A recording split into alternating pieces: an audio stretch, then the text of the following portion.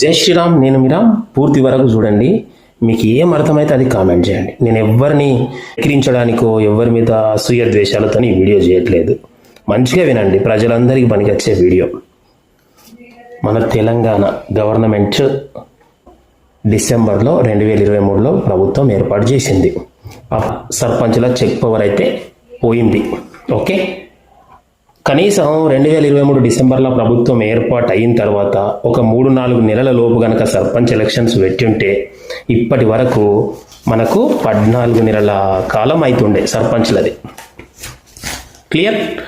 ఒక్కొక్క సర్పంచ్కి గౌరవ వేతనం కింద 6,500 రూపాయలు అప్పటి ప్రభుత్వం ఇచ్చింది. సో అట్లా మన దగ్గర 12,769 గ్రామ పంచాయతీలు ఉన్నాయి. దీని లెక్కన సర్పంచ్ల వేతనమే 116,19,79,000 రూపాయలు అవుతున్నాయి 14 నెలల కాలానికి. అట్లనే రాష్ట్ర ప్రభుత్వం యావరేజ్గా ప్రతి ఒక్క గ్రామ పంచాయతీకి ఇచ్చే నిధులు 3,25,000. సో దాని ప్రకారం చూసుకుంటే మనకు 484,15,00,000 రూపాయలు అవుతుంది. సెంట్రల్ గవర్నమెంట్ 17 లక్షలు ఇస్తుంది యావరేజ్గా ఒక గ్రామ పంచాయతీకి. దాని డబ్బులు వచ్చేసి అయితే 2,532,51,51,00,000 రూపాయలు. ఎన్ని కోట్లు చూస్తుంటే కళ్ళు జిల్ జిల్ జిగా జిగా అయిపోతున్నాయి కదా. ఇన్నిగానం డబ్బులు మరి ఎక్కడ పోయినాయో.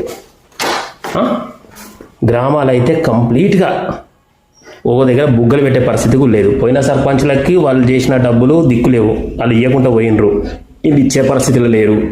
గ్రామాలలో అటో ఇటో బోల్డ్ ఖరాబ్ అయినా అక్కడిక్కడ బుగ్గలు పెట్టాలన్నా సెక్రటరీలు వాళ్ళ జేబులకి వెళ్ళి వాళ్ళ జీతాలకి వెళ్ళి పెట్టినరు. ఇప్పుడు ఆ డబ్బులు లేవు.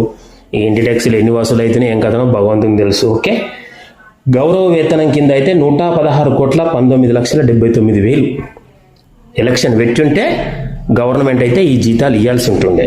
నెక్స్ట్ సెంట్రల్ గవర్నమెంట్ గ్రాంట్ వచ్చేసి 2,552,51,79,077 రూపాయలు అవుతుంది 14 నెలల టైంకి.